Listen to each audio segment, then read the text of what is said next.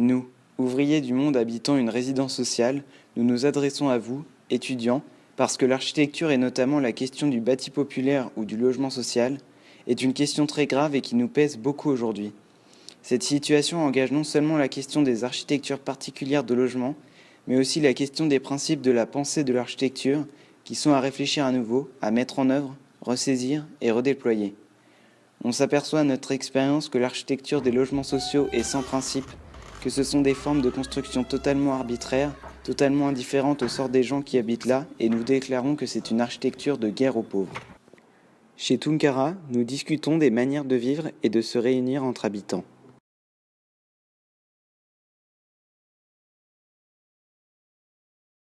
Je m'appelle Tunkara Mamadou. J'habite ici, Foyer Procession, depuis les années 88. J'étais à Port-de-Vaux, Foyer 3 Arabiste avant. 80 jusqu'à 88, j'étais là-bas. 88, au deuxième mois, troisième mois comme ça, je suis déménagé pour venir au Foyer Procession. Au village, tu sais, nous on ne construit pas comme ici. Ouais.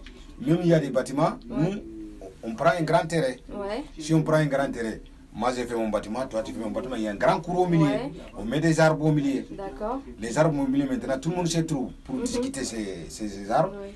Maintenant, il y a des salles pour qu'on discute jusqu'à la nuit. La nuit, maintenant, l'heure de dormir, chacun rentre chez lui, dort.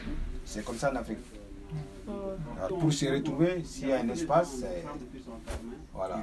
Par exemple, comme c'est Koulibaly, là, vous avez la nappe par terre, là, nous, dès qu'on est comme c'est Sissoko, voilà, dès qu'on a ensemble, on a une place, on met la nappe comme ça, on s'assoit.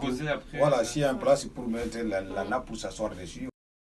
Chez Koulibaly, nous discutons de la transformation du foyer Procession en résidence sociale qui a entraîné une suppression des lieux de vie collective et la création de chambres individualisées de 9 et 12 mètres carrés. Je m'appelle M. Koulibaly NTJ. J'habite ici et j'ai commencé à venir ici en 86. J'étais Port-de-Vaux. Après le moment, j'ai retourné ici, j'ai reçu une place ici. Je revenu ici dans la 15e. 73 rue de la Procession. J'habite depuis 86, je suis là. Le travail qu'il a fait à Doma, aux Procession, mais le chambre qu'il a fait, ça ne va pas du tout. Et, à peu près 7 lits, on va essayer 140 euros, par exemple. Mais maintenant, quand vous voyez un chambre 9 mètres carrés, tu payes 300 et quelques, presque 360. Alors, 20 mètres carrés, tu payes 460 ou 470. Alors, avec le salaire de manœuvre, comme moi, ni lire, ni écrire, ben comment tu peux venir sortir? Tu n'arrives pas à sortir du tout. Et avec le collectif qu'on travaille ensemble, moi-même qui devant vous, je ni lire, ni écrire. Mais quand même, il y a quelques idées que dans ma tête, je peux parler, les gens qui savent lire, les gens qui peuvent écrire. Comme ça, on peut travailler ensemble.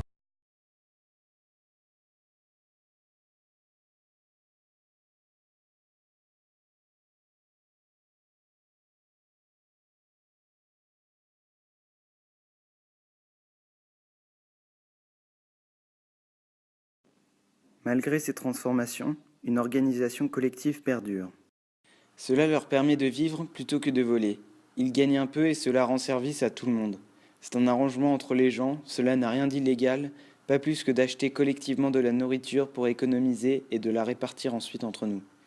Quand ce genre d'organisation se pratique pour acheter des légumes bio, tout le monde applaudit et approuve. Pourquoi nous faites-vous la guerre pour ces arrangements entre nous, nous qui sommes des ouvriers pauvres et qui avons besoin de nous entraider pour survivre? Le week-end, le hall de l'immeuble accueille un coiffeur et un boucher. Le couloir du 11e étage est destiné à la prière.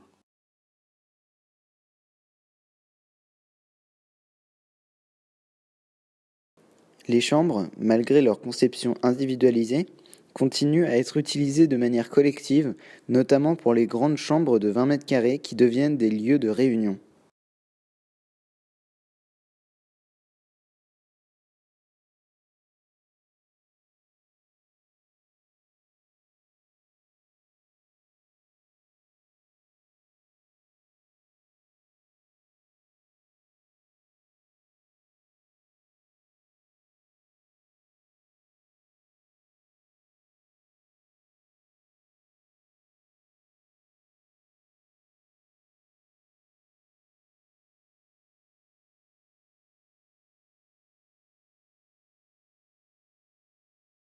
Suite à l'observation de cette organisation collective qui s'est maintenue tant bien que mal, nous avons choisi de travailler avec Tunkara, Koulibaly et Sissoko afin de réaménager une zone constituée d'une chambre de 20 mètres carrés et de 2 chambres individuelles.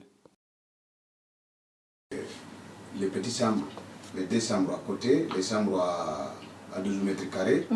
Si par exemple, si il s'agit d'éliminer les croisées au milieu, de faire une grande chambre, au lieu de 2 chambres, ça sera une chambre à 2 lits l'intérieur.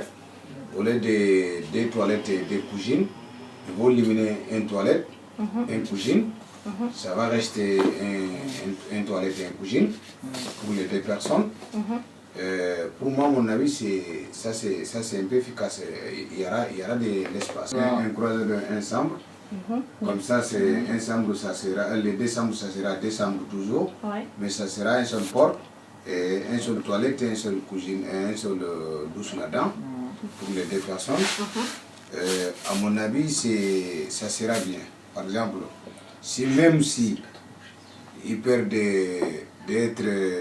avoir une toilette comment une toilette de chaque chambre, une toilette pour tous. À mon avis, c'est bien.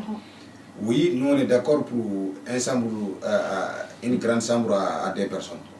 Il élimine, par exemple, il demande Sissoko dit non, moi j'aime bien comme ça. Et on laisse Sissoko. Oui, c'est ça. Bon, maintenant, on demande on va trouver maintenant les quantités déjà qui veulent la chambre tout seul. Ils vont calculer combien de chambres qu'il faut déménager. Les quantités de personnel aussi qui veulent la chambre à 2 personnes. Ils vont voir ça, ils vont calculer, ils vont trouver la.